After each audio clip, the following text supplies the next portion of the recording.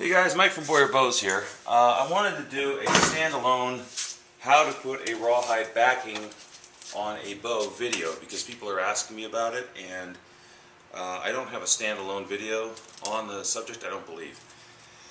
Or maybe I do and this is all redundant. I know I've done it a couple of times in the build-alongs, but never one just, I don't think I have one where I just stood here and did it for you. So this is what we're going to do today. Alright, the first thing you're going to need is some rawhide. This is a 24-inch dog bone from the pet store. You just drop it in water and unravel it. Here's what would be the shaft of the bone, the two nuts on the end.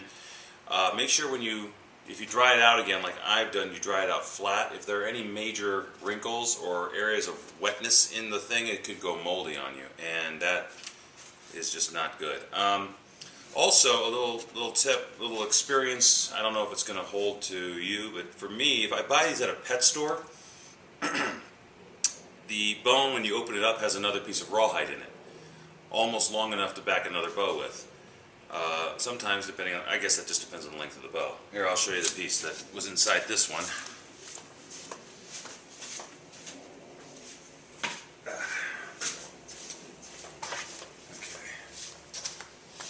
This piece of rawhide was inside this particular one. They were just like that, and this is long enough to do a mulgabet or a short bending limb bow. So you get quite a bit of material for the purchase of a $12 to $15 dog bone. The ones from Target, Walmart, and the department stores, they seem to be filled with like a sawdust type grind that is probably rawhide sawdust that they collected when they were sawing through this the scrap that they ground up and stuck inside the bone, and that stuff's useless. So I don't know if that's going to be your experience, but that's been mine. Anyway, what I got here is a self bow at the moment that's going to become backed. It is maple board with a good grain pattern on it that I got from Home Depot. My Home Depot has maple, and it seems to be really good bow making material. Some people have found that to be true. In other parts of the country they say it's not nearly as good, but this is what I'm using today. Okay, and just for the sake of speed, I have a pre-cut rawhide strip over here. Make sure you can see that. There's the strip. The bore target's in the way, but I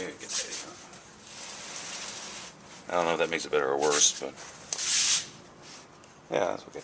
Alright, so what I'm going to do first, guys, is I'm going to apply what's called a sizing coat in the woodworking world, where I just put a small amount of glue on both the rawhide and on the bow limb. And the reason for this is you want this raw wood to absorb the moisture of the glue before you do the actual glue down. Sizing, what happens is this wood is very, very dry, and any moisture will be just pulled into the center of the bow, into the center of the wood, and it will not, the glue is especially drawn inside, and what you'll end up with is bare spots without glue on the surface of your bow limb. So what you want to do, and I do that with this as well. I think the same kind of holds true for the rawhide to a degree. You know, it's obviously if it absorbs water, it'll absorb any liquid, which is glue, and I want to make sure I have a really, really strong hold. I find that these things hold a lot better if I do this versus cutting corners and not doing it. I'm going to move you guys. Here's the sizing coat. So it's very light, and then as soon as that becomes tacky, I'm going to apply a heavier coat of glue, spread it out, and subsequently apply the rawhide. Now normally when I'm working with wood glue, I like to use an ace bandage to wrap up the wood glue, wrap the rawhide down onto the limb. And the reason I need the rawhide is just like in the video, the bamboo backed Purple Heart video, wood glue cures through evaporation. It's That's how it cures. So if you put saran wrap or rubber, some people use inner tube or something like that, it's not going to cure as well. So I've always liked using ace bandages. I did use saran wrap recently, and because I'm out of ace bandages, and what ended up happening was it got tacky enough that the rawhide stayed down, that I could take the saran wrap off and let it cure for one more day. So you're really kind of extending the cure from 24 hours to 48. You're going to need an extra day. Now I'm out of saran wrap. I need to go shopping. So what I'm going to use today instead as the experiment is I'm going to use this blue painter's tape. Okay, this is already tacky. That's all it took. Such a thin layer of glue. It's really all, you know. It's also nice and dry here in the desert, which makes everything, you know, cure up a lot faster on all levels. Alright, so let's just spread the glue out on the rawhide here.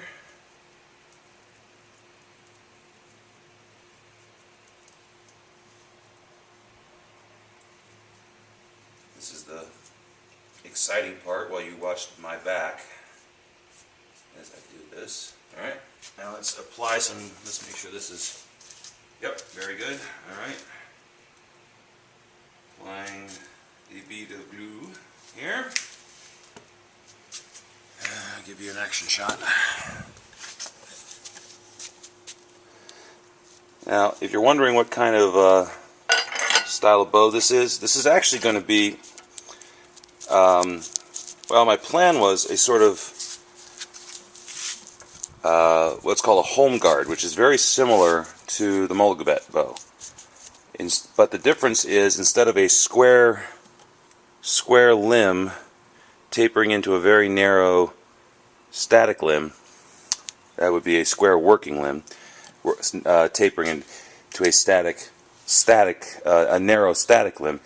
The home guard is much more pyramid style. It's a much more gradual taper, and the narrow part is not quite as narrow. So, you know, just a little different design. Nothing too crazy. Okay, so now we have these things with more glue. I'm going to take the rawhide strip.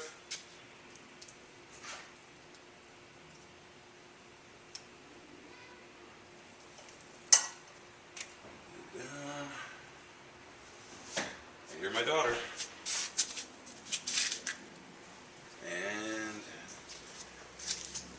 I'm going to tape it up. I'll show you that in 1 second. Hey guys, I'm just going to tape this up now. The main thing I want to do is just get good contact, the rawhide to the wood.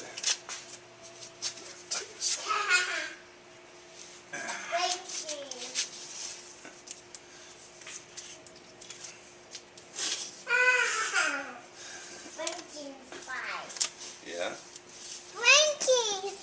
You want to come over here and say hi? Or are you busy? I can say hi. Okay. I can say hello. Alright. No, over here, honey. Come here.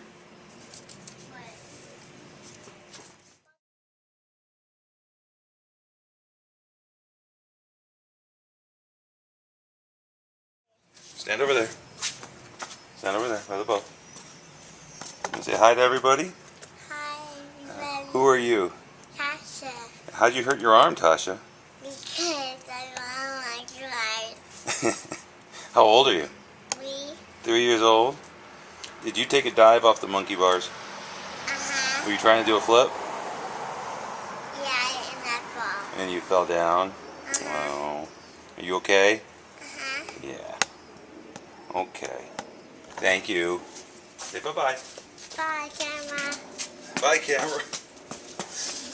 Awesome.